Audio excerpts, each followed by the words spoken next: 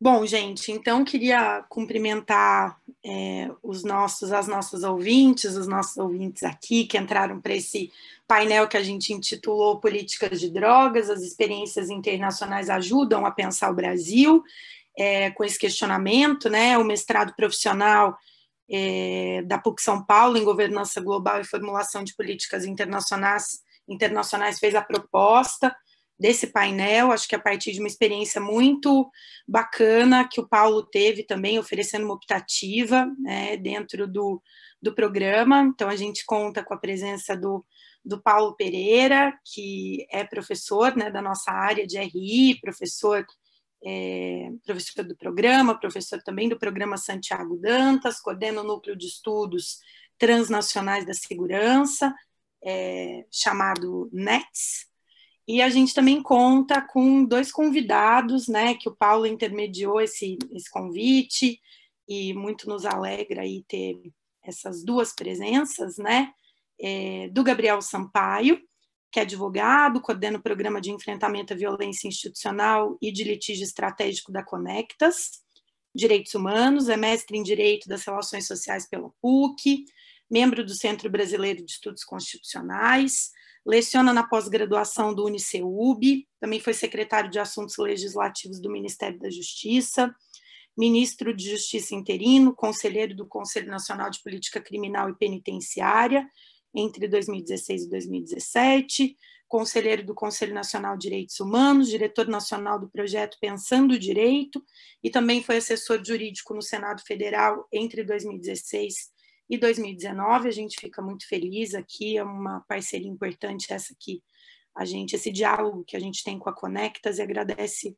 muito o Gabriel pela presença, e a gente também tem a presença do Luiz Guilherme Paiva, que é doutor em Direito pela USP, desde 2007, gestor público federal de carreira, ocupou várias posições importantes aí no Poder Executivo e no Judiciário, foi assessor-chefe do presidente do Supremo Tribunal Federal entre 2010 e 2012. Em 2015, assumiu a Secretaria Nacional de Política sobre Drogas, desenvolveu ali projetos de cooperação com várias autoridades do município, do estado e federais, aqui no Brasil e fora também, e foi responsável pela coordenação da posição brasileira na sessão especial da Assembleia Geral da ONU sobre Drogas, a UNGAS 2016.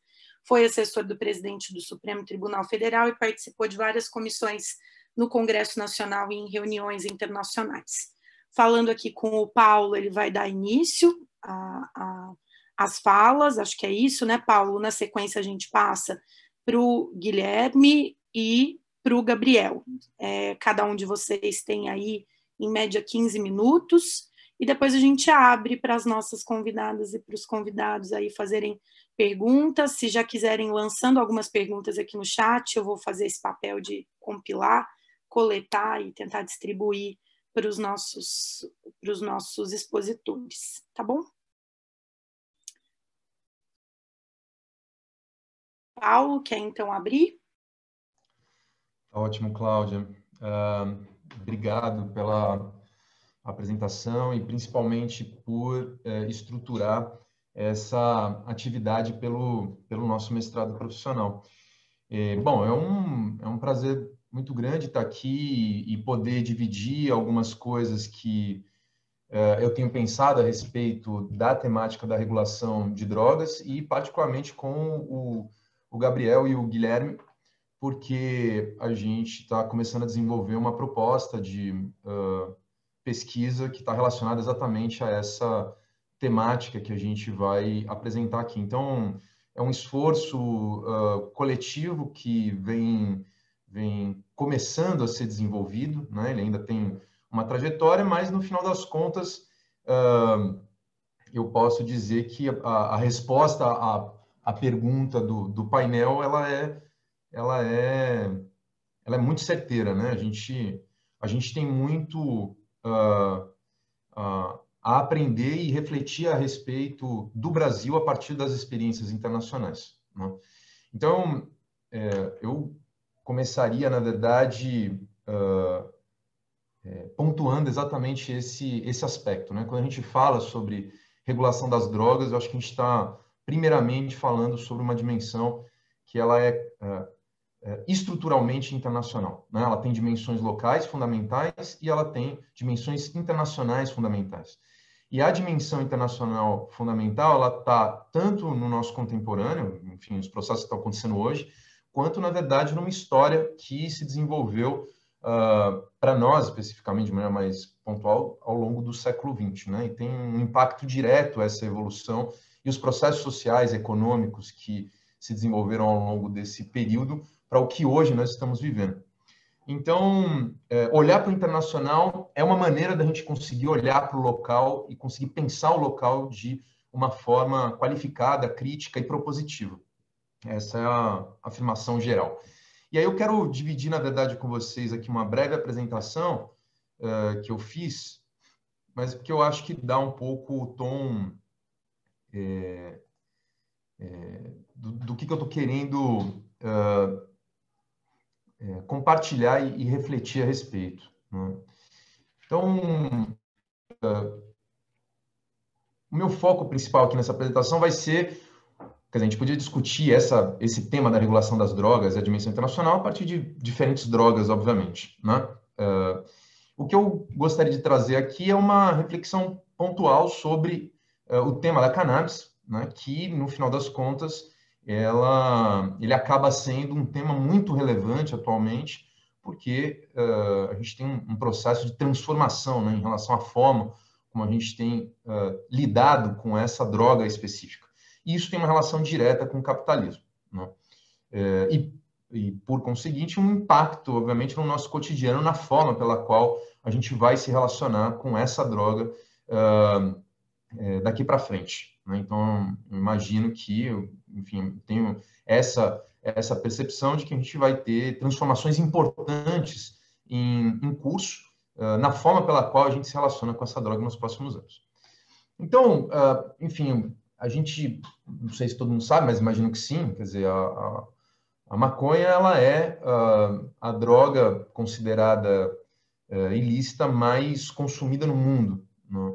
Em 2018, a UNODC, e isso é importante ter em conta, né? Quer dizer, essas estimativas, elas são, inclusive, estimativas que são sempre abaixo, na verdade, daquilo que provavelmente é o real, né? Mas a indicação é que quase 200 milhões de pessoas no mundo usam cannabis, né? Ao mesmo tempo, né, que as pessoas consomem, né, um uso disseminado em todas as classes sociais, todos os países, quer dizer, é uma droga que tem uma capilaridade muito grande internacionalmente, né? É também, né, por conta disso, também é a droga que mais coloca as pessoas em contato com o sistema de justiça criminal, né? Então, na mesma medida em que é uma droga que as pessoas consomem muito no mundo, também é uma droga que coloca as pessoas em contato com o processo de encarceramento, violência por parte do Estado, enfim, dos seus agentes de justiça e etc.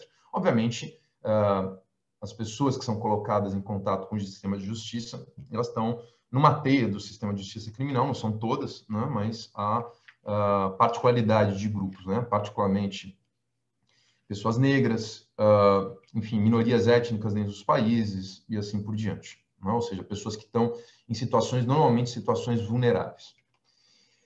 E, enfim, a cannabis, ela tem uma inserção nas convenções internacionais que remontam lá ao início do século XX, né? Então, enfim, vou me deter nisso, né? Depois a gente até pode falar um pouco mais a respeito, mas o ponto principal para mim é que a cannabis entra nas convenções internacionais, primeiro da Liga das Nações, né, e depois das Nações Unidas.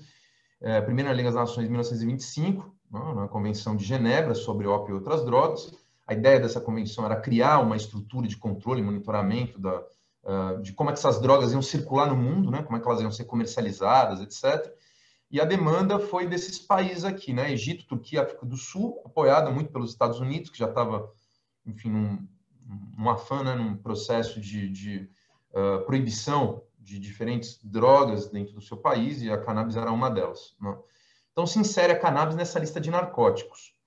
Depois, mais para frente, hoje, né, a Convenção de 61 e 71, elas são as convenções, duas das convenções mais importantes da ONU sobre o controle de drogas, o controle internacional das drogas, e essas duas convenções, elas vigentes até hoje, enfim, com uma aceitação incrível, né? Uma das maiores aceitações de convenção da ONU do mundo, ela insere a cannabis, ambas inserem a cannabis nas suas listas de periculosidade, né?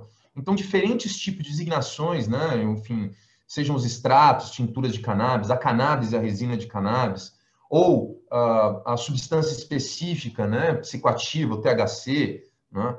São todas listadas enfim, nessa hierarquia de substâncias que são mais ou menos proscritas, mais ou menos proibidas, né, mais ou menos restritas internacionalmente. E a cannabis está numa restrição muito forte nessas listas, né?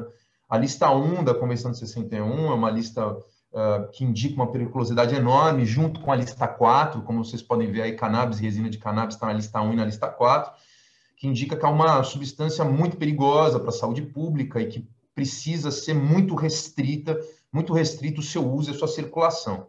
E aí, na Convenção de 71, o THC também está na lista 1, que é uma lista também de grande periculosidade, e o delta 9 tetrahidrocannabidiol também está na lista 2. Né?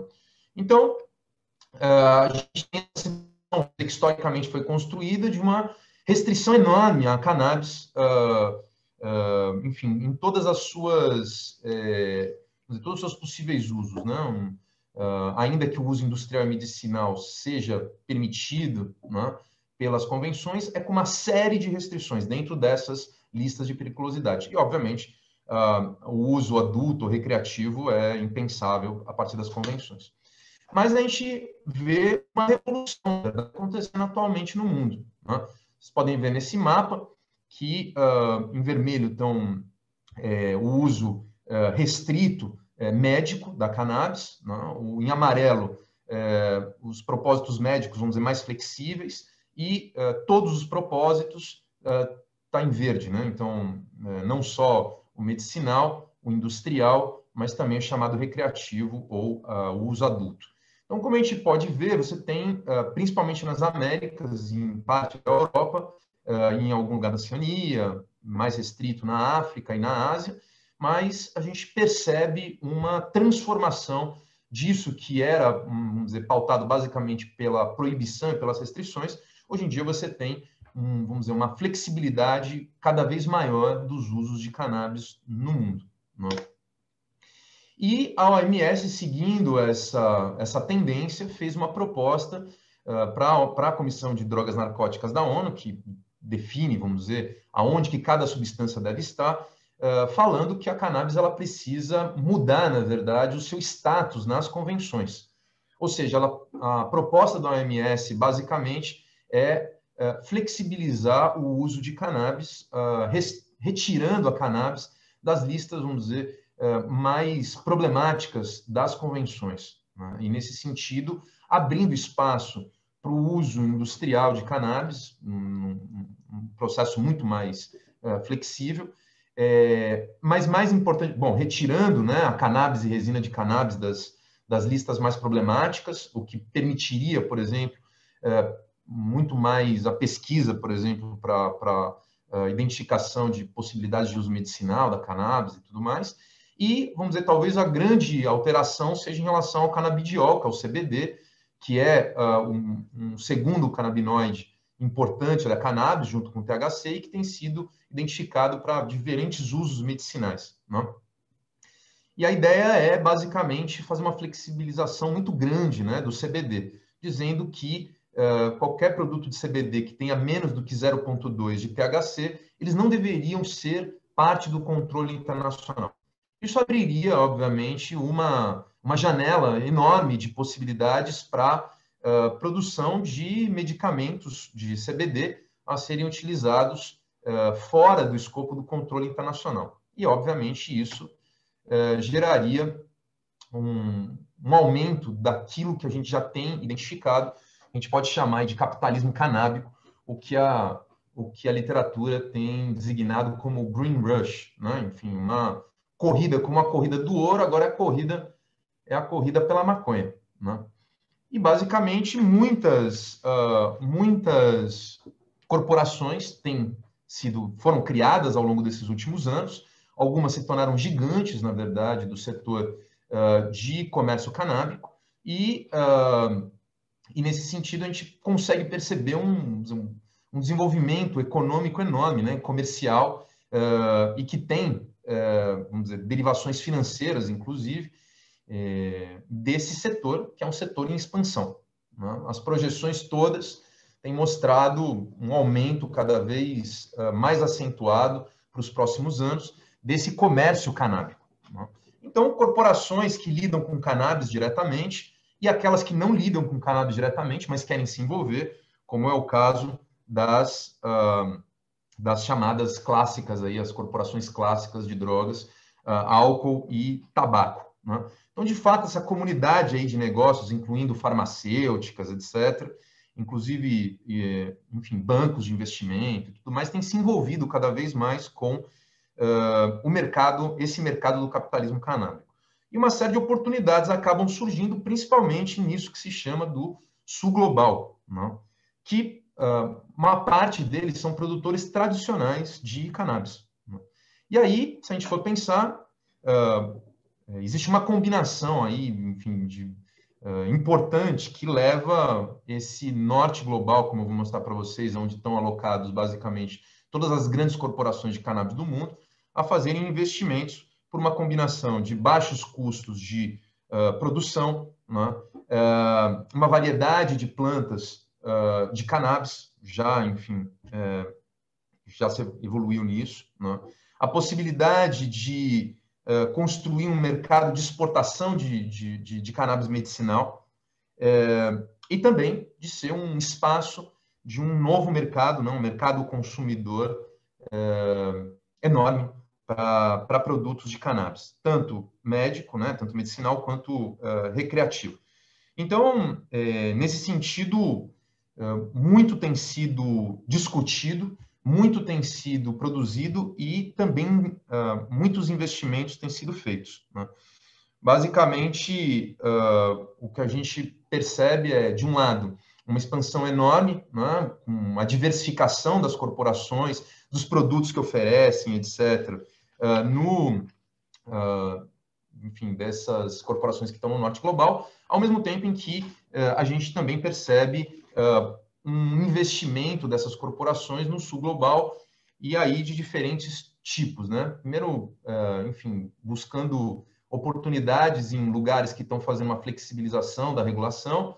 De outro lado, tentando encontrar parcerias, né, nos países que têm alguma flexibilização para comprar companhias farmacêuticas, por exemplo, que é isso, uma das coisas que tem acontecido aqui no Brasil, estabelecido parcerias ou comprado corporações aqui para viabilizar um mercado para os seus produtos, e assim por diante. Então, na verdade, o que a gente percebe é que, enfim, tem um outro contexto, um contexto desse capitalismo canábico, no qual esse mapa mostra que as corporações de cannabis pelo mundo, as principais delas são as corporações canadenses e americanas, tem alguma coisa também na Inglaterra. Então, a gente pode ver por esses pontos, né? Os amarelos são as corporações que trabalham basicamente com CDB, e as em azul são as que trabalham com cannabis de uma maneira geral. Enfim, e aqui desse lado são os principais países produtores de cannabis no mundo, basicamente estão no sul. Então é interessante mesclar, né, esse mapa com esse, no qual a gente percebe uma complementariedade, que nada mais é do que a lógica, basicamente, das commodities clássicas que nós já temos, e no qual a cannabis está se inserindo tardiamente nesse circuito do mercado lícito. E aí a grande questão que se coloca é, bom, no final das contas, esse reposicionamento, que a gente pode dizer, esse reposicionamento tardio da cannabis, dentro dessa lógica capitalista, está fazendo uma mudança importante. A indicação é essa, quer dizer, acho que a minha percepção é essa, que vai afetar formas de representação da cannabis, vai afetar formas de conhecimento, a criação de novas especialidades para se pensar a cannabis, né, e para se trabalhar com a cannabis. E, nesse sentido, se produzem uma série de verdades particulares, novas redes de poder, novos atores, né? Novos hábitos, novas expectativas em relação ao que se espera do consumo de cannabis no mundo, comportamentos, subjetividades, enfim, modos de vida. A gente pode dizer que, no final das contas, a inserção da cannabis nesse novo ambiente capitalista tende a fazer uma série de transformações, né? E eu já vou terminando, mas para dizer que quando a gente fala de corporações, a gente está falando basicamente de atores autointeressados em moldar as regulações aos seus interesses, né? Flexibilizando as regulações para essa droga específica em relação, seja ao preço, a permissão, por exemplo, de marketing, né, divulgação dos produtos, a potência dos produtos, pureza, enfim, que tipo de prevenção se imagina para a regulação da cannabis. Então, no final das contas, a gente pode dizer que, em alguma medida, essas corporações têm um interesse óbvio de garantir um mercado consumidor, garantir lucros, os mais variados, enfim, a partir dos mais variadas entradas, e, nesse sentido, monopolizar o lícito, né? Ou seja, essas corporações têm interesse em garantir uma estrutura de funcionamento para o mercado lícito que seja, em alguma medida, isolada de outros efeitos e de regulações, etc., né? Isso é a lógica que eles estão buscando. E aí eu colocaria esses três elementos depois para a gente discutir, e eu finalizo aqui, que a lógica do proibicionismo, basicamente, ela fragilizou ao longo do tempo, né, os direitos humanos, saúde, fortaleceu criminalidade, encarceramento em massa, né, com todo o viés racista e de preconceitos que isso foi carregado ao longo do século XX. De outro lado, né, esse modelo capitalista ele tende a marginalizar históricos produtores e pequenos comerciantes de cannabis em todo o mundo, que basicamente foram as pessoas que mantiveram acesa esse tipo de produção e consumo no mundo todo e que hoje estão absolutamente sendo colocadas, vão ser colocadas, né, estão sendo e serão colocadas cada vez mais de lado nesse processo de expansão capitalista, né?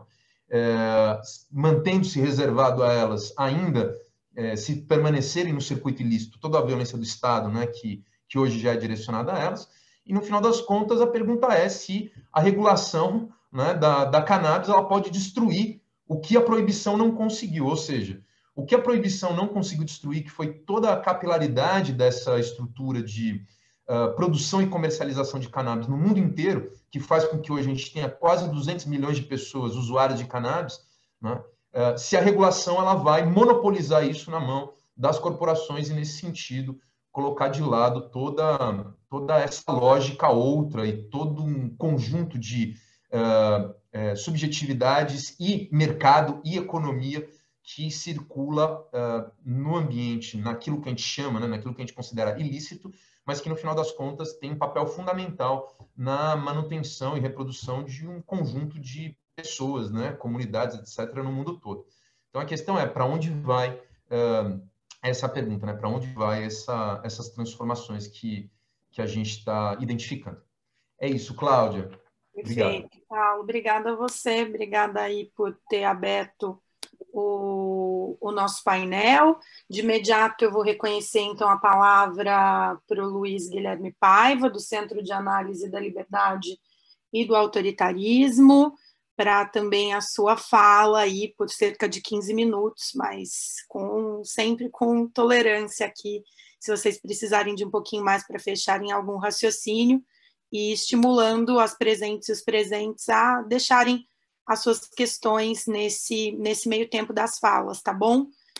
Guilherme, obrigada de novo por estar conosco, pela presença.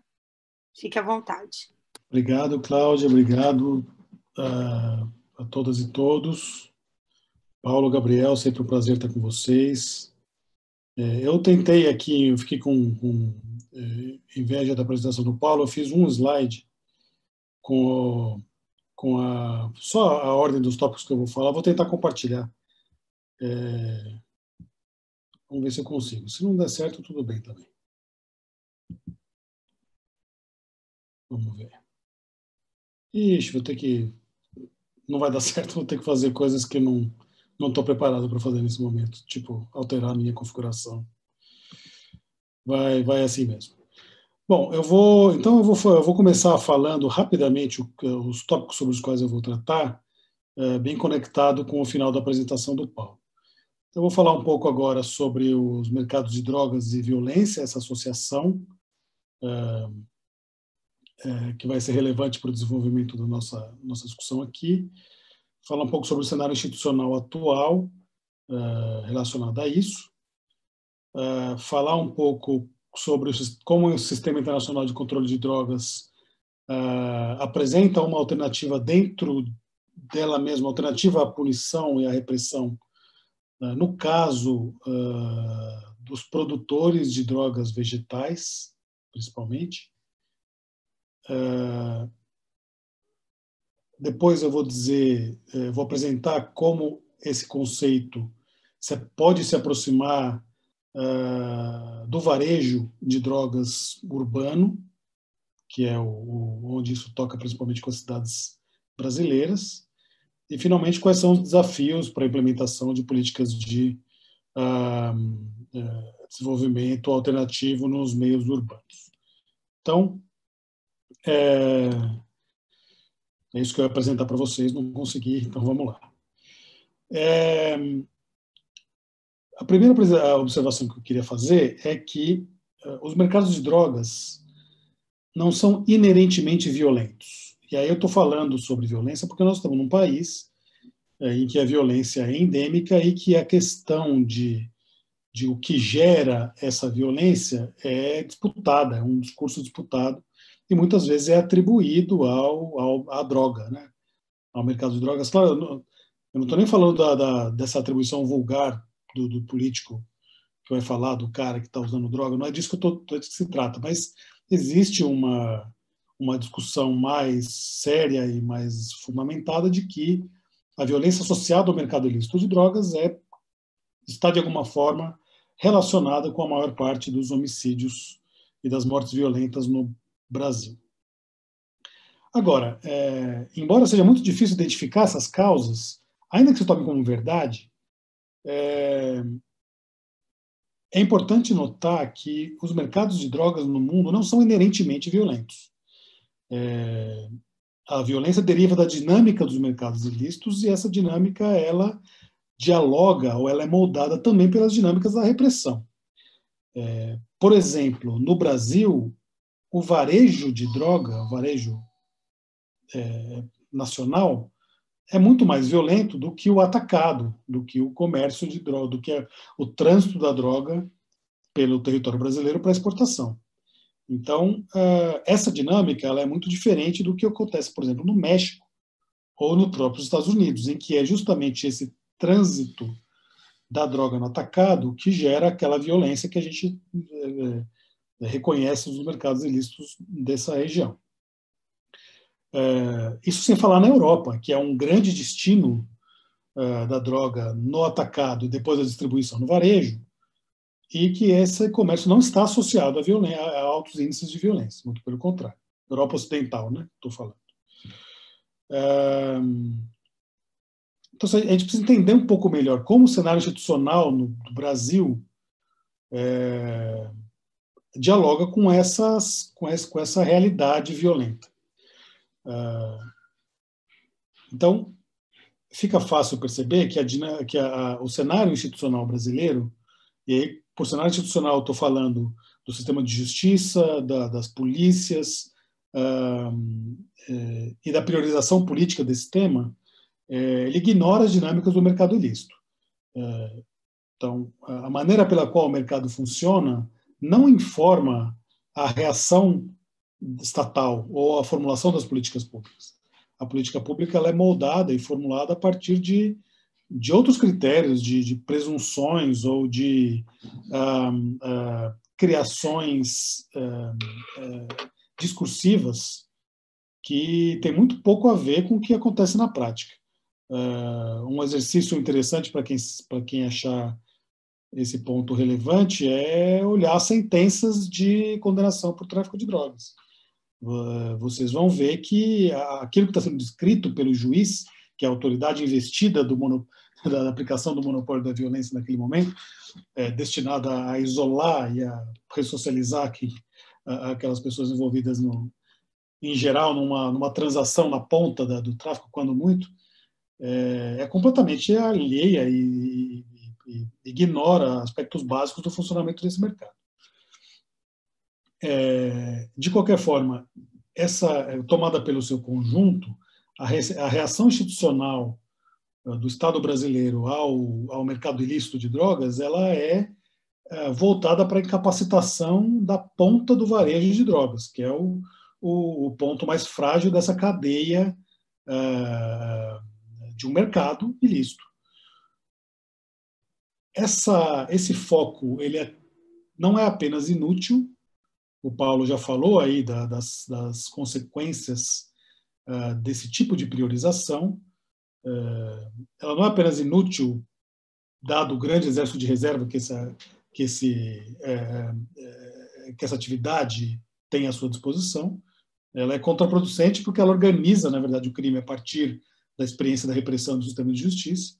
Então, a gente tem hoje aí todo o foco que é dado ao Primeiro Comando da Capital e às organizações do Rio de Janeiro, que são organizações essencialmente fundadas e disseminadas a partir dos cárceres das suas respectivas regiões e depois espalhado pelo Brasil também pelas prisões, agora as prisões federais. Então, está fora dessa discussão institucional brasileira a ideia de que o envolvimento dos indivíduos com um mercado multinacional e multibilionário, tomado por essa perspectiva da ponta do varejo, pode ter raízes na precariedade econômica. Porém, o próprio Sistema Internacional de Controle de Drogas reconhece que o mercado ilícito pode ser tratado e pode ter para si desenhado políticas públicas baseadas nesse pressuposto. Isso está inserido no Sistema Internacional de Controle de Drogas há muitos e muitos anos, há muitas décadas, sob o nome de desenvolvimento alternativo, e é voltado para a produção de drogas, principalmente nos países que têm uma grande produção de droga vegetal. Basicamente, ópio, folha de coca e cannabis, mas também outros tipos de drogas vegetais, são beneficiárias de projetos internacionais financiados por grandes doadores, em que se apresenta a indivíduos envolvidos com a plantação de substâncias que foram tornadas ilícitas pelas convenções de que o Paulo mencionou, se oferece a possibilidade de substituição desses cultivos por cultivos lícitos.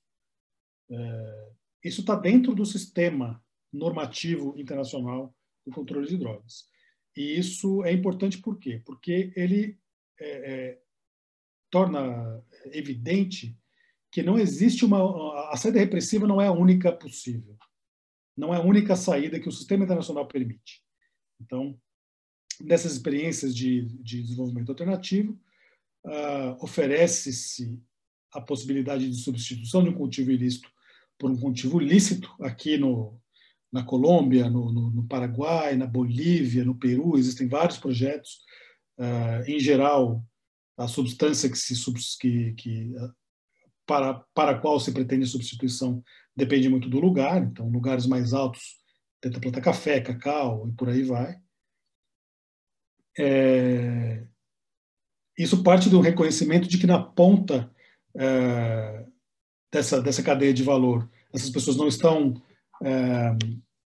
lucrando com todo o ganho potencial desse mercado ilícito, muito pelo contrário, em geral, as pessoas estão numa situação de precariedade econômica tamanha em que a produção ilícita é a sua única condição de subsistência.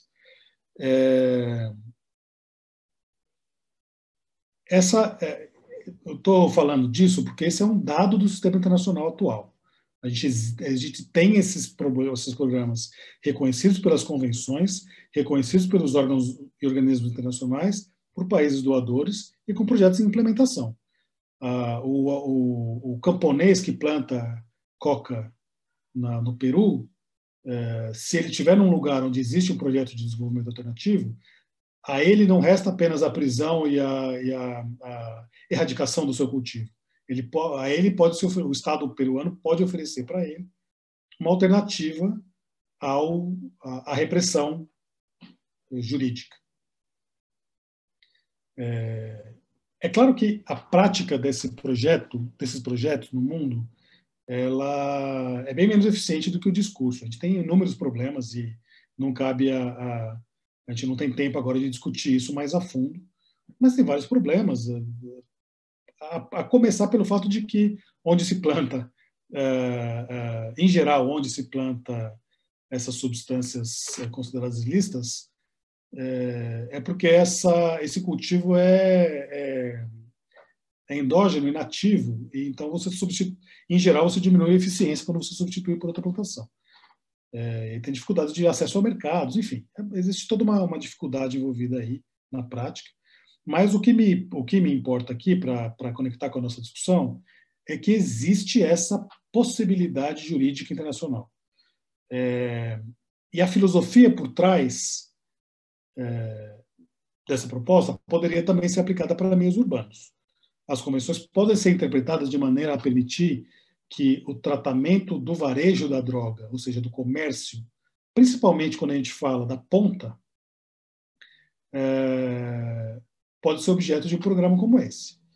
Ou seja, em outras palavras, o destino do tratamento institucional ao microvarejista da droga, ou à ponta desse mercado, não é necessariamente a repressão e a prisão, mesmo sob a legislação atual.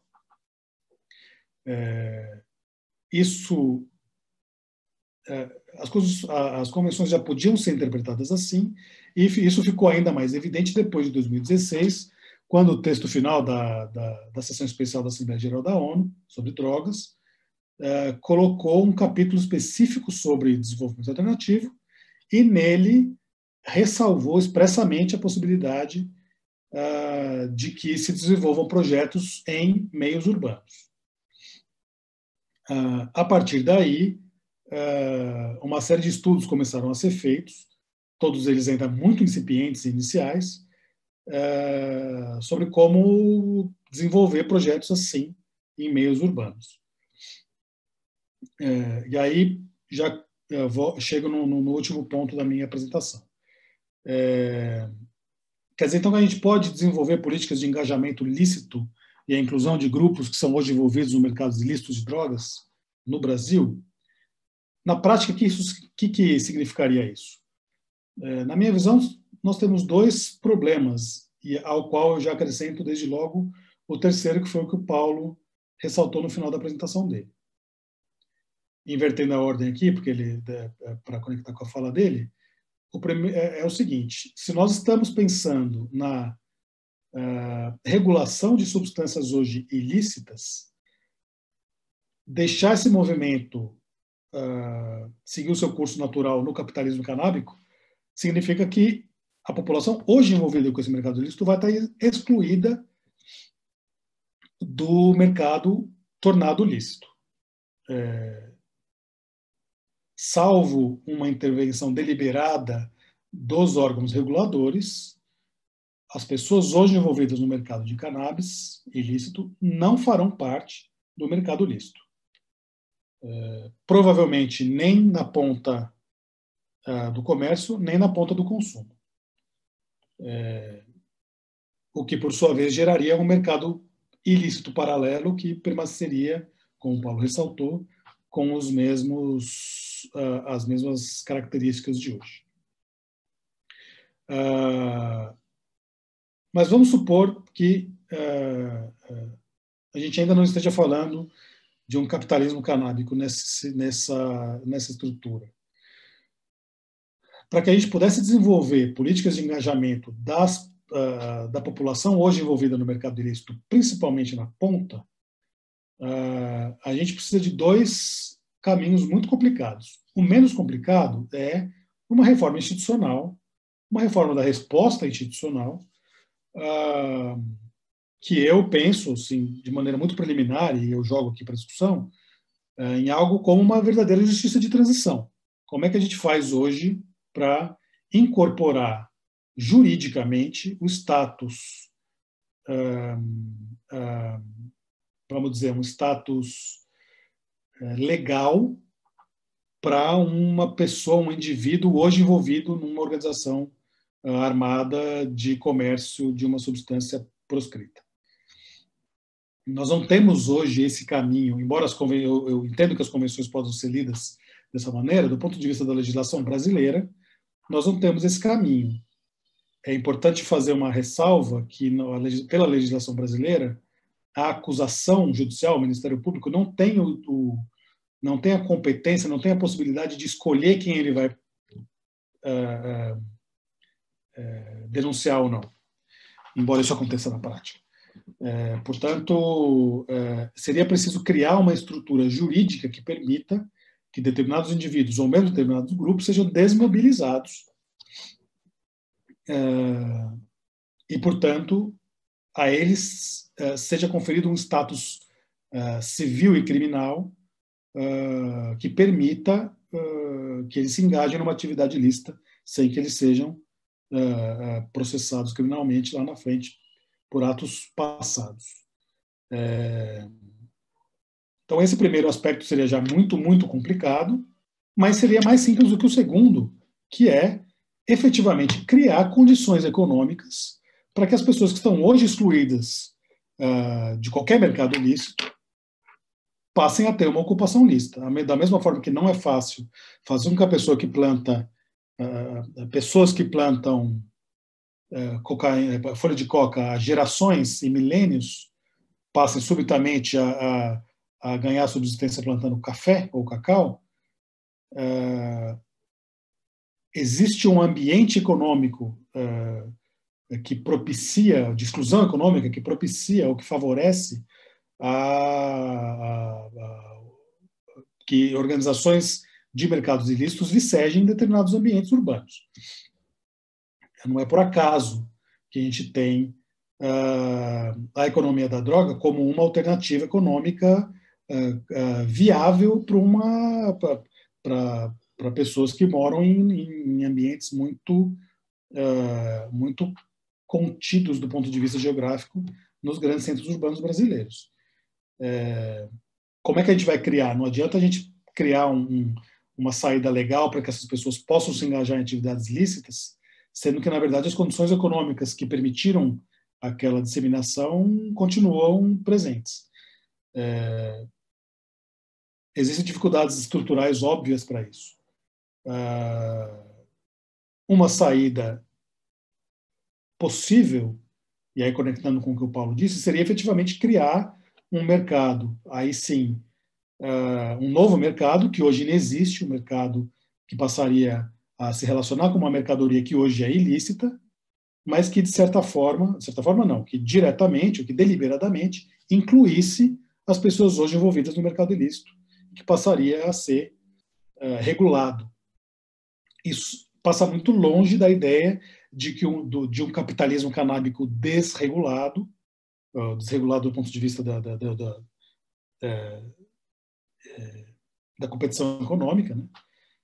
Isso dependeria de uma política deliberada dos Estados nacionais, do Estado brasileiro em particular, do qual a gente está falando, para que as pessoas hoje envolvidas nesse mercado tenham condições, treinamento, capacidade de se tornarem empreendedores desse novo mercado. Eu não ignoro quão difícil é essa discussão, tanto do ponto de vista regulatório quanto do ponto de vista econômico, muito menos do ponto de vista estrutural de todas as condições que levaram à situação atual.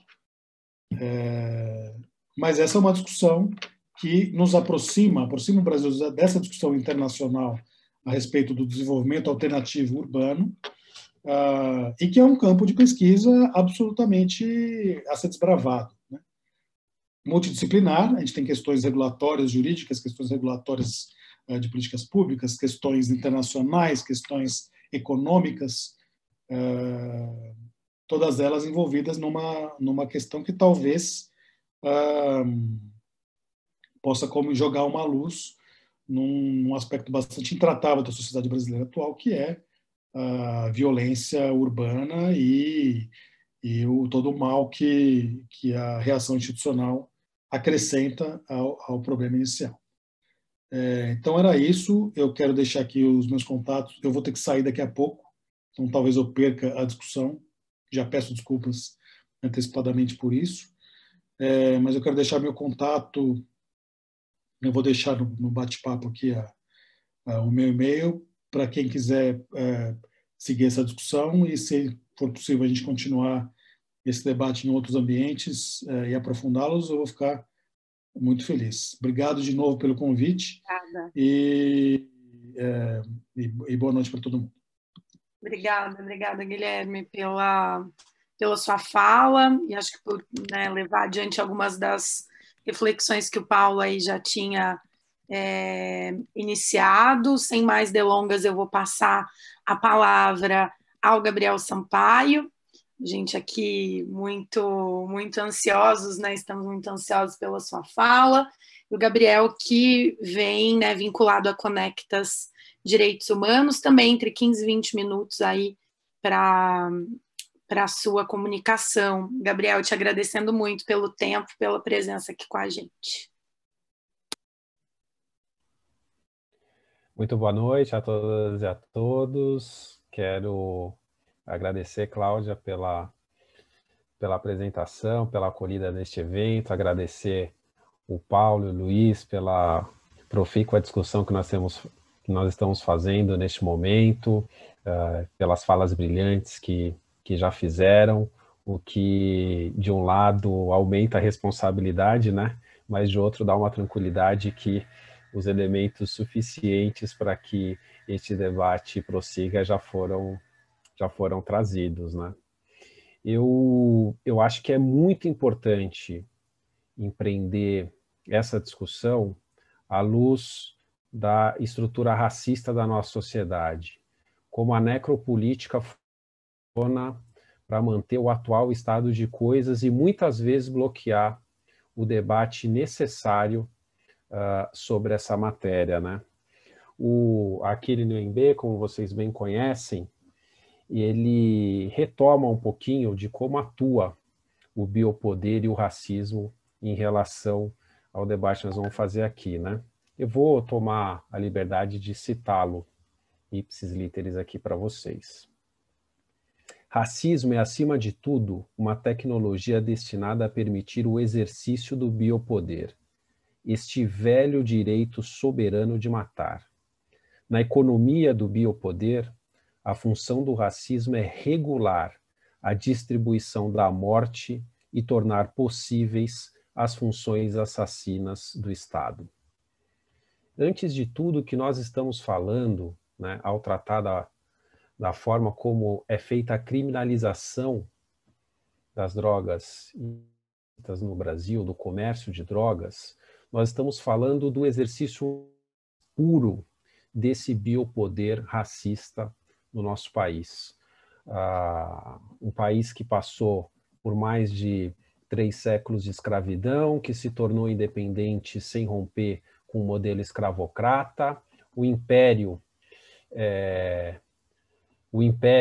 desse país que se torna independente sob a batuta de um dos herdeiros de Portugal, metido com o modelo escravocrata, estabeleceu 2 estratégias básicas para exercer o controle sobre os corpos negros.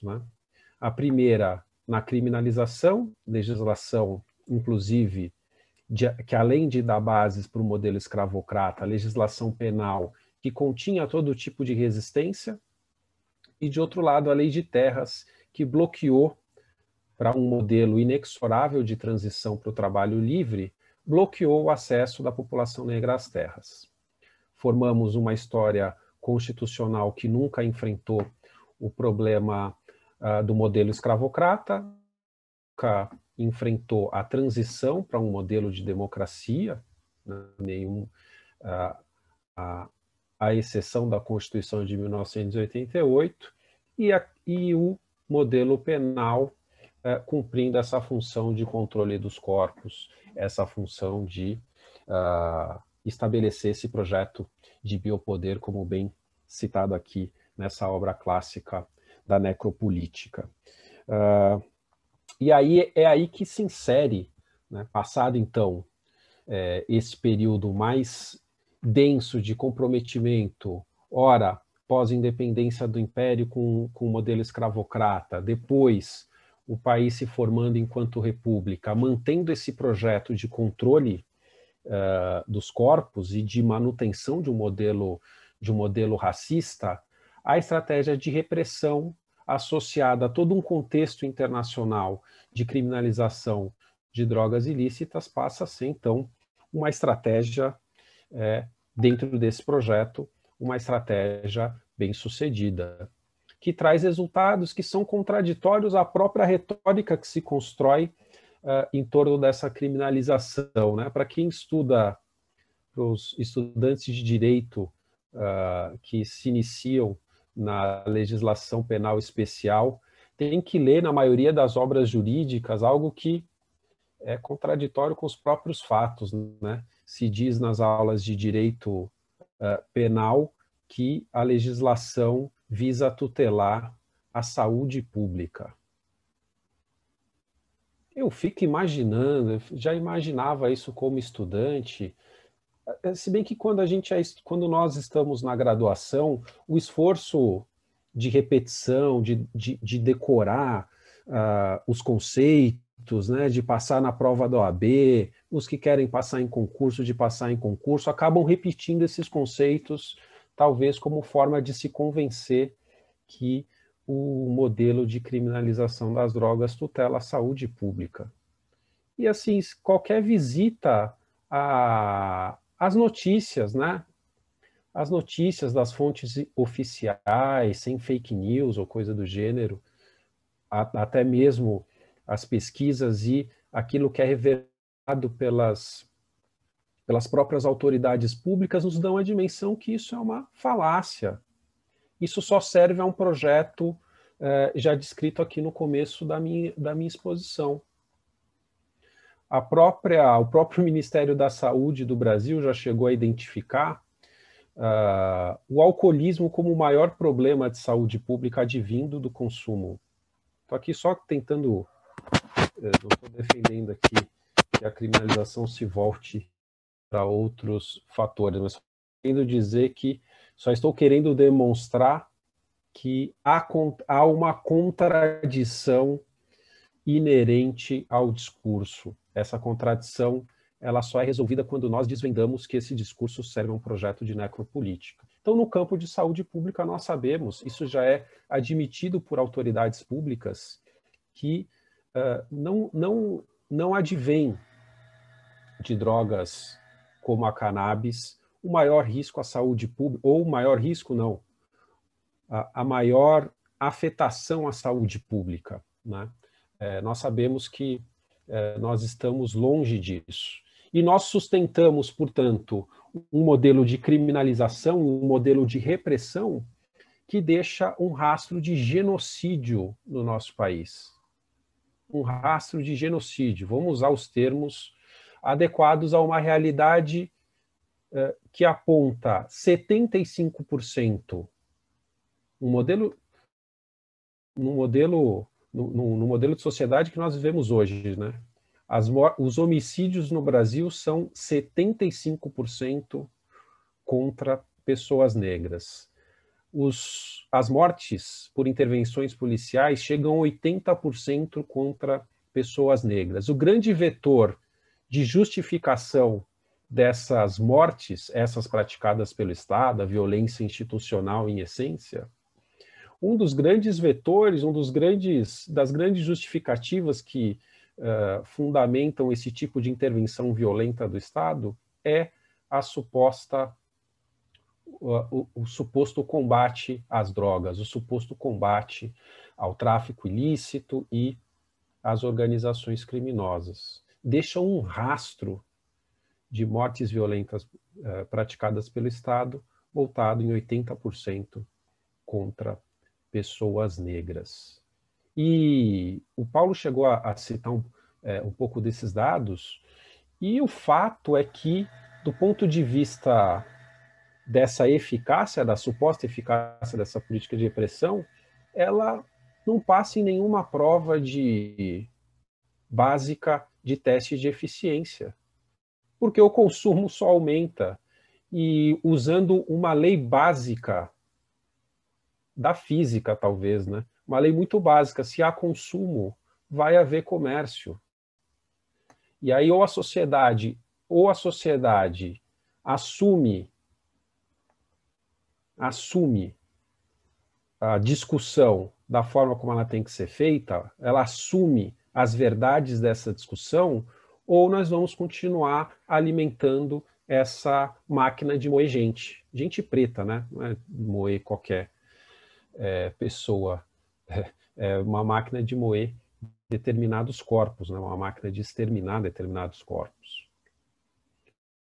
Ou nós enfrentamos uma realidade que está posta pelos princípios mais básicos do processo civilizatório, ou de que o mercado, como o Paulo colocou, com o Green Rush, ou, enfim, com outras transformações que o mercado deve operar para melhorar um pouco daquilo que é também parte dessa base de modelo, que são as taxas de lucro. Nós temos condições de entender por duas vias o atual modelo.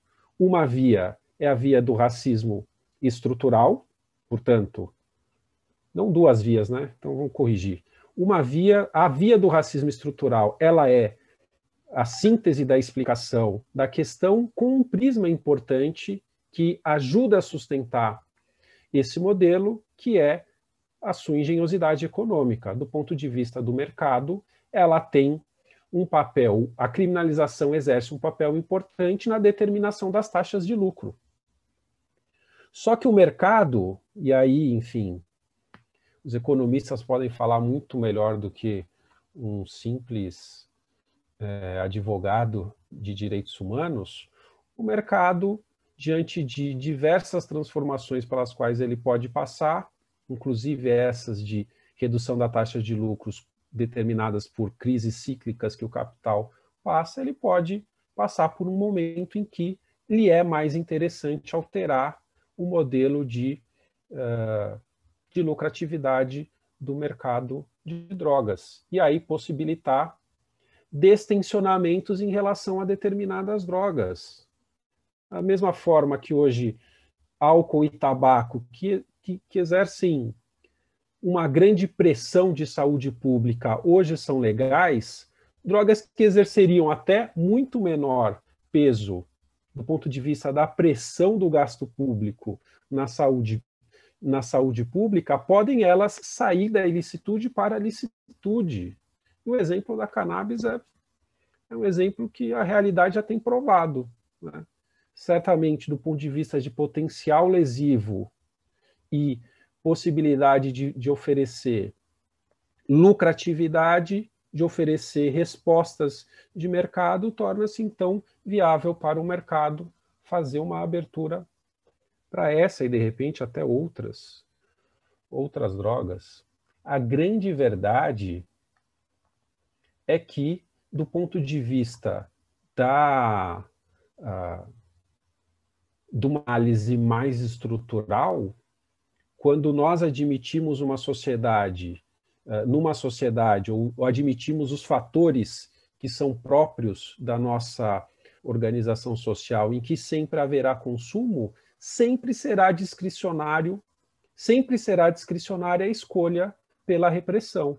E sempre será, e aí vamos frisar, colocar caixa alta, esse mapa da repressão, ele sempre será marcado pelo racismo e pela necropolítica. Porque se é uma regra, e aí essa regra independe da minha vontade, da vontade do Paulo, do Luiz Guilherme, da Cláudia, dos guias espirituais de uma sociedade ou de quem quer que seja. Essa regra é a regra que é universal, ela é incontestável na história da humanidade até agora. Se há uma regra, que é a regra de que há consumo de substâncias psicoativas em todas as etapas da vida social, em todos os momentos da história, toda escolha de criminalização será uma escolha discricionária, e até o momento em que nós sejamos capazes de transformar radicalmente a sociedade que a gente vive, essa escolha pela criminalização, pela regra da necropolítica, será uma escolha racista.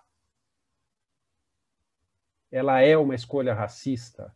Ela tem sido, na nossa história, uma escolha racista. Em outras etapas da nossa história, pode ser que a vulnerabilidade migre para outros grupos, se a gente for capaz de superar o racismo. Mas toda escolha de criminalização será uma escolha que afete os mais vulneráveis do nosso modelo de sociedade. Então, nós temos e aqui para concluir, nós temos a oportunidade, enquanto seres pensantes, comprometidos com o processo civilizatório e com a luta antirracista. Nós temos a oportunidade de direcionar a escolha de política pública para lidar com essa questão. Se a primeira etapa mais viável que nós temos é em torno da cannabis, e é, a partir dela, uma oportunidade para se discutir todo o sistema, que nós sejamos capazes de fazer um modelo que seja um modelo capaz de apontar um novo rumo para toda a sociedade, se mostrar capaz de resgatar um déficit histórico que o Estado tem deixado em termos de corpos negros lançados ao chão por armas do Estado.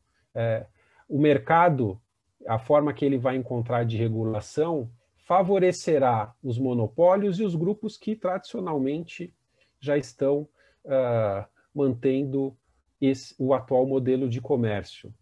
Mudarão o seu perfil da ilegalidade para a legalidade, mas certamente vão manter a lógica capitalista da sua obtenção de recursos. A sociedade tem a oportunidade de tirar o Estado da postura assassina, promotor da necropolítica, para que seja capaz de produzir reparação e um modelo de regulação que seja capaz de ser estruturado por outras bases, tirando aquela base atual da repressão, né, caracterizada pela teoria do iceberg invertido, né, para se transformar num outro modelo capaz de promover uma regulação em que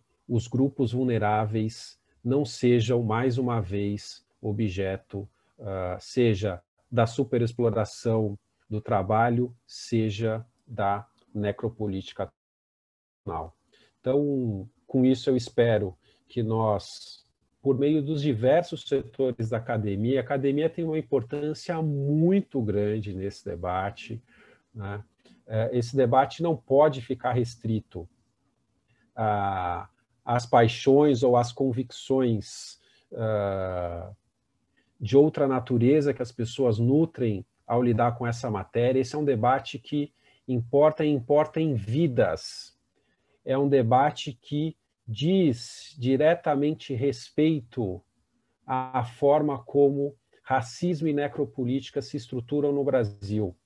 Nós estamos de um dos fatores mais preponderantes para a justificativa estatal para praticar o genocídio que nós temos presente na nossa sociedade hoje. As pessoas que querem se engajar na luta antirracista, as pessoas que querem enfrentar o atual genocídio que nós enfrentamos da população negra, precisam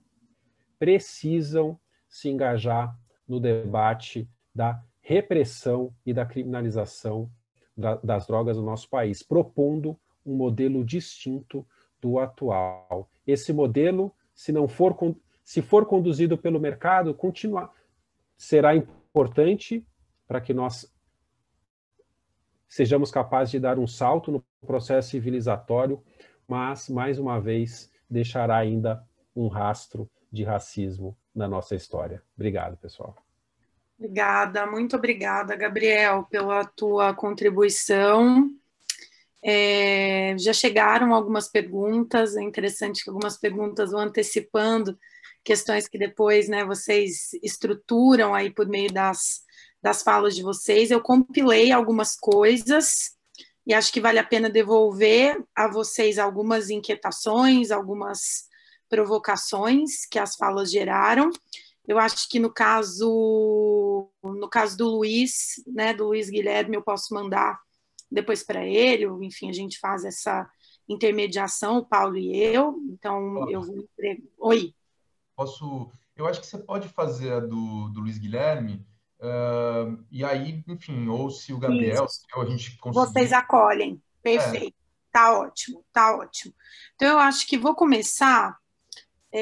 no caso da exposição do Paulo, que apareceu aqui, né, foram questionamentos sobre se, para além da cannabis, né, outras drogas passaram, né, por essa mesma lógica aí, Paulo, capitalista, que você apresentou. Então, se você pudesse ampliar aí, né, o horizonte de considerações sobre outras drogas, isso apareceu numa das questões. No caso do Luiz, eu acho que a grande questão ensejada é esse caminho que ele chamou de caminho mais fácil, e que não é em nada fácil, né? Esse caminho para que, né, a população hoje envolvida no mercado ilícito, né, não se veja excluída, né, de um mercado que se transforma em mercado lícito, né, que é o caminho da justiça de transição, se ele pudesse explorar alguns aspectos adicionais, e talvez tenha até uma interface com o que o Gabriel colocou muito bem, né? Ou seja, assumir um caminho da justiça de transição é também reconhecer, né, padrões de violência que têm uma direção muito, muito clara, né? Reconhecer em alguma medida essa violência, né, estrutural, e reconhecer, né, instituições racistas operando também a partir dessas dinâmicas. Então, apareceu um pouco essa ideia de explorar, né, a noção de justiça de transição aqui, né? É interessante porque a gente parece evitar, né, esse caminho, pensando ou assumindo que a gente vive uma realidade supostamente democrática, né? Então, acho que quando a fala do Gabriel vai na direção da necropolítica, isso já fica suficientemente relativizado, né? Então, acho que era essa a provocação. E também, antecipando, né, o que o Gabriel colocou muito bem, né, apareceram perguntas sobre se seria possível reconhecer nos movimentos de proibição, né, a drogas, a discriminação, né? Então, falaram aqui desde a proibição, né, da maconha, no contexto da escravidão, motivada pelo racismo, quase como se esse mal fosse, né, uma culpa que recaísse sobre um povo com determinada identidade. Então, se tem um fundo, né, de proibição ligado com essas questões, acho que o Gabriel tratou isso bastante bem. Depois, uma outra pergunta, acho que a Nanda deixou aqui no público, ó. Essa veio para todo mundo, né? Vou mandar meu questionamento aqui por escrito, que ela está bem feliz de estar por aqui, acompanha sempre os eventos que o Gabriel participa. A provocação nós já sabemos a essa altura que todo o processo de criminalização não é de nenhuma substância específica, mas de grupos raciais específicos, minorias sociais. E alguns anos atrás, o Dudu Ribeiro, da Iniciativa Negra por uma Nova Política de Drogas, deu uma entrevista em que ele defendeu que discutir apenas a legalização da maconha não resolvia o problema da sociedade brasileira e acabava por gerar conforto para a classe média, enquanto a população mais pobre e negra continuava sendo assassinada em nome justamente da guerra às drogas. Então, ela queria ouvir um pouquinho o que vocês acham dessa discussão levantada pelo Dudu, agradecer vocês, que foi ótimo ouvi-los. Acho que esses foram os pontos que eu consegui coletar do que chegou aqui no privado, dessa questão da Ananda publicizada aqui para vocês. E já devolvo a palavra aí para as considerações de vocês dois. Eu começo aqui, Cláudia? Você quer que eu... Podemos também inverter, se quiser, podemos começar com o Gabriel e depois devolvemos a você, vocês que sabem. Quer ir aí, Gabriel? Vocês que mandam. Manda Sim, ver que aí. você achar melhor, Paulo. Vai lá. Vai lá. Bom, obrigado mais uma vez, Ananda, pela pergunta, pela consideração. Só tenho a concordar. Acho que tem uma regra que a gente precisa respeitar, no caso, dois elementos, a história e a ciência. Então, assim, para não parecer um mero discurso baseado em fé ou em paixões, o que a história mostra, e a ciência de forma evidente, é que o consumo de drogas é uma regra, ele acontece. Ele é inexorável. Então, né, a gente pode fazer uma lista das drogas que vão continuar sendo consumidas e que cabe ao Estado lidar com essa questão, vai escolher se vai usar isso de pretexto para a criminalização e para a contenção de determinados corpos, ou se vai admitir como fato e lidar de forma democrática com as consequências desse fato. A escolha pela criminalização é uma escolha pelo racismo e pela necropolítica. E aí, independente da droga que se escolha, porque nós estamos negando um fato, sim, um fato histórico, consumo de drogas lícitas ou ilícitas. Vai ser a maconha, a metanfetamina, vai ser o que for, as pessoas consomem, e isso é um fato. E o Estado escolhe usar deste pretexto para encaminhar um processo de escolha dos corpos que merecem a vida e dos corpos que merecem a morte. O Estado escolhe, pela criminalização, a taxa de lucro que vai regular o mercado de drogas lícitas e o mercado de drogas ilícitas. Isso é uma realidade científica, porque a criminalização também influencia na taxa de lucro das drogas, tanto lícitas como ilícitas. Então, se nós queremos dar um passo rumo a novas etapas civilizatórias, nós podemos iniciar reconhecendo a realidade. E mais do que isso, estipulando, já que nós podemos dar esse passo de reconhecer o elementar, e buscando construir uma sociedade democrática e que respeite, né, a vida da população envolvida, seja no consumo, seja no comércio, então estabelecer outros marcos, né? Então, justiça de transição, fantástico, é um ótimo caminho, é um caminho civilizatório, né? E a partir daí pensar formas de acabar com todo tipo de criminalização, pensar formas, a partir daí, de estruturar uma economia que seja capaz de absorver, tirar dessa política de morte, né, de genocídio, para trazer para um mercado que possa ser um mercado regulado, um mercado com capacidade de fazer frente às demandas que vão surgir, sim, para a saúde pública, e estabelecer uma política democrática e que considere esse fenômeno como um todo. Então, isso faz com que responda a outra parte da pergunta, né? Não é só uma droga, isso é um critério que nós estamos discriminando por conta da contingência política e da possibilidade que está mais à nossa mão diante da realidade histórica que nós vivemos. Mas para a gente superar completamente o fenômeno, nós temos que tratá-lo em relação a todas, né? Partindo dos pressupostos que eu lancei aqui para a nossa discussão. Obrigado, gente. A gente que agradece, Gabriel. Obrigada por ter iniciado aí as reações. Passo para o Paulo se encaminhar e fechando também esse painel e essa noite.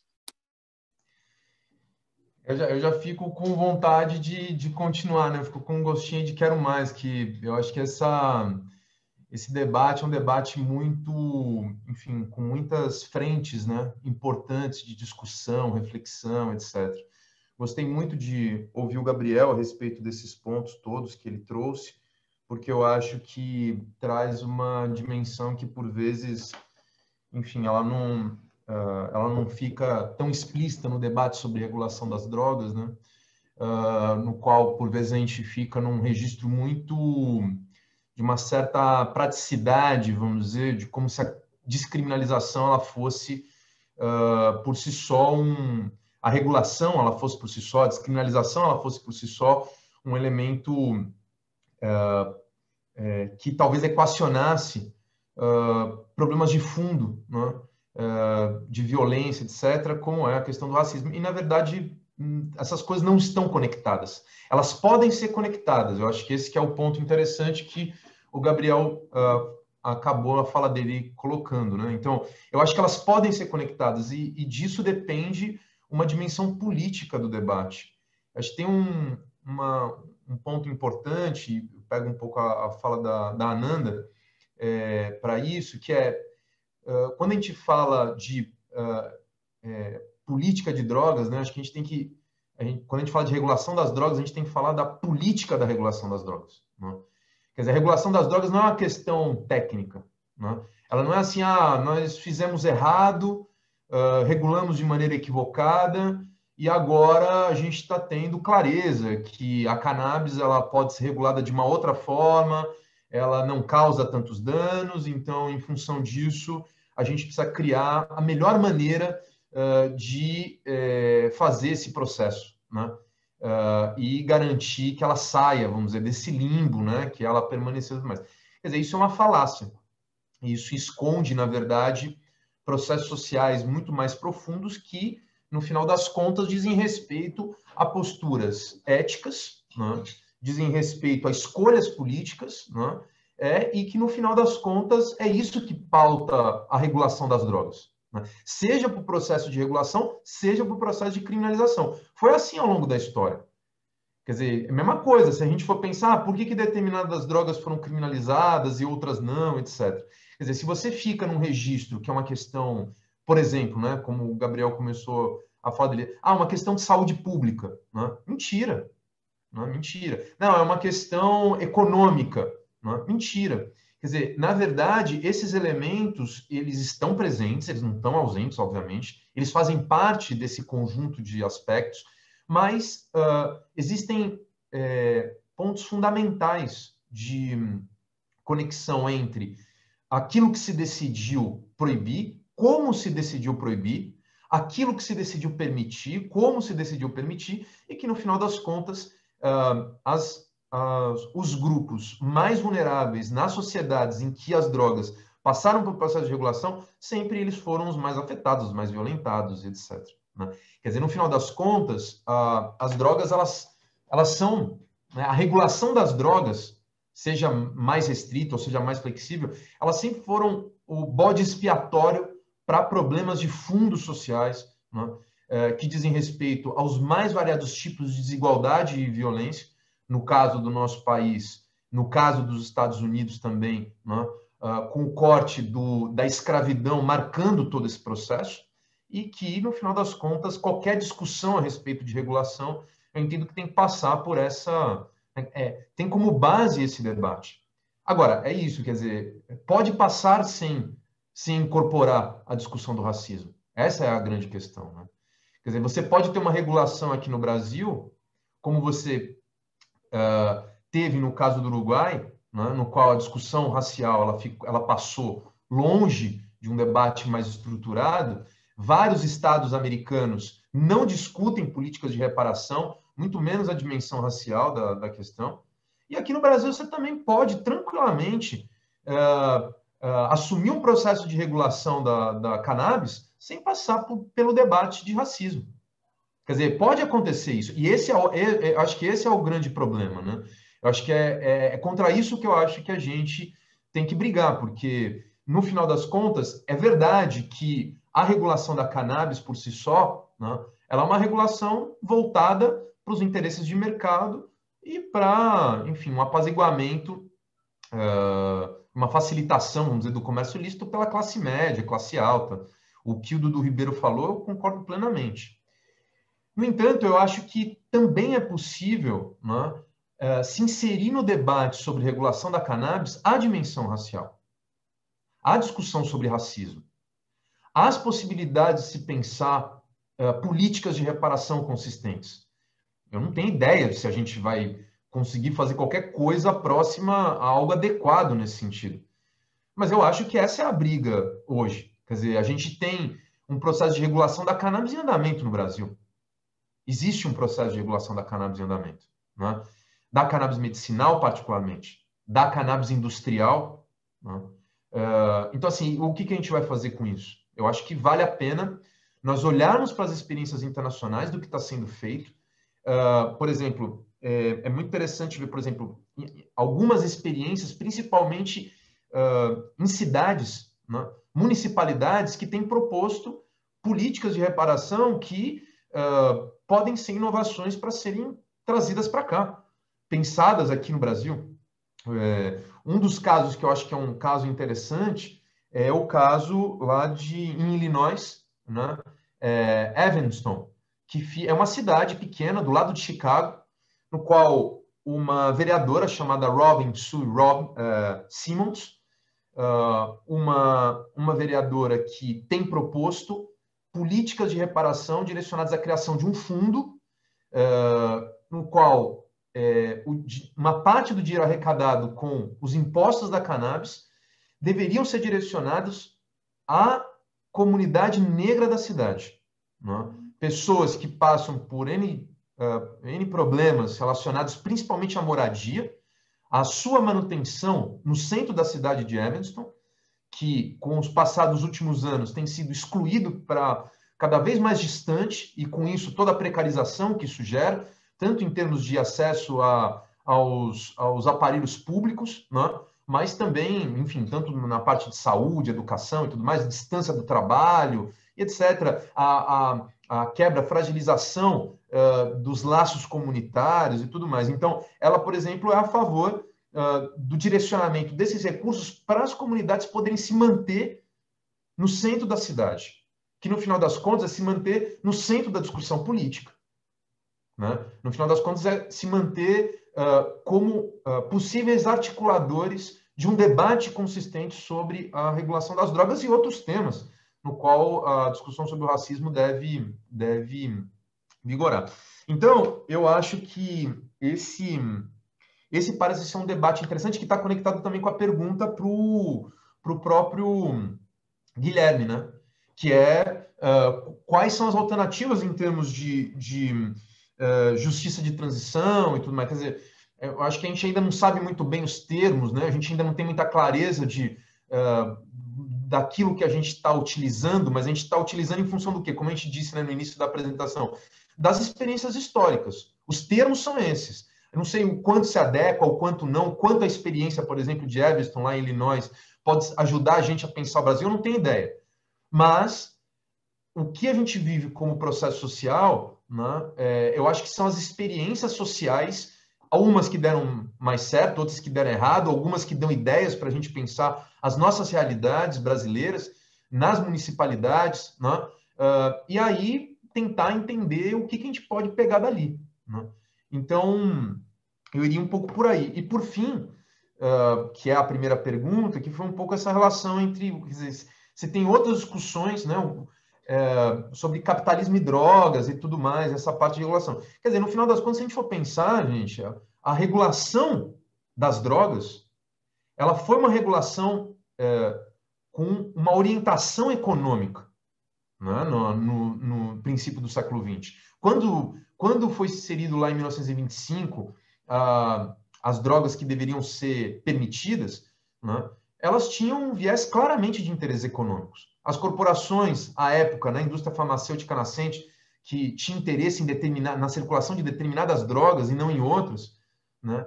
Porque na época era possível já isolar alguns princípios ativos, produção de medicamento, estabelecer patentes e ganhar dinheiro com isso, né? Tem toda uma história da relação entre capitalismo e evolução, a evolução do capitalismo, né? Uma geopolítica emergente no início do século XX, né? No qual interesses privados, interesses dos principais estados do sistema internacional em evolução naquele momento. As guerras tiveram um impacto gigantesco para a redefinição da maneira pela qual as drogas seriam comercializadas, quais drogas, e quem que ia deter o grande poder sobre essa indústria farmacêutica em evolução, que no caso foi os Estados Unidos, no pós-guerra, né? Então, todas essas drogas elas tiveram essa presença, né? Vê o caso, e aí eu termino aqui, né? Veja o caso, por exemplo, dos opioides, né? Os opioides foram, talvez, o ópio foi uma das substâncias mais importantes em termos econômicos no mundo, desde o século XIX. Não é à toa que teve a guerra do ópio e tudo mais. Mas mais importante do que isso, ela se tornou uma commodity global.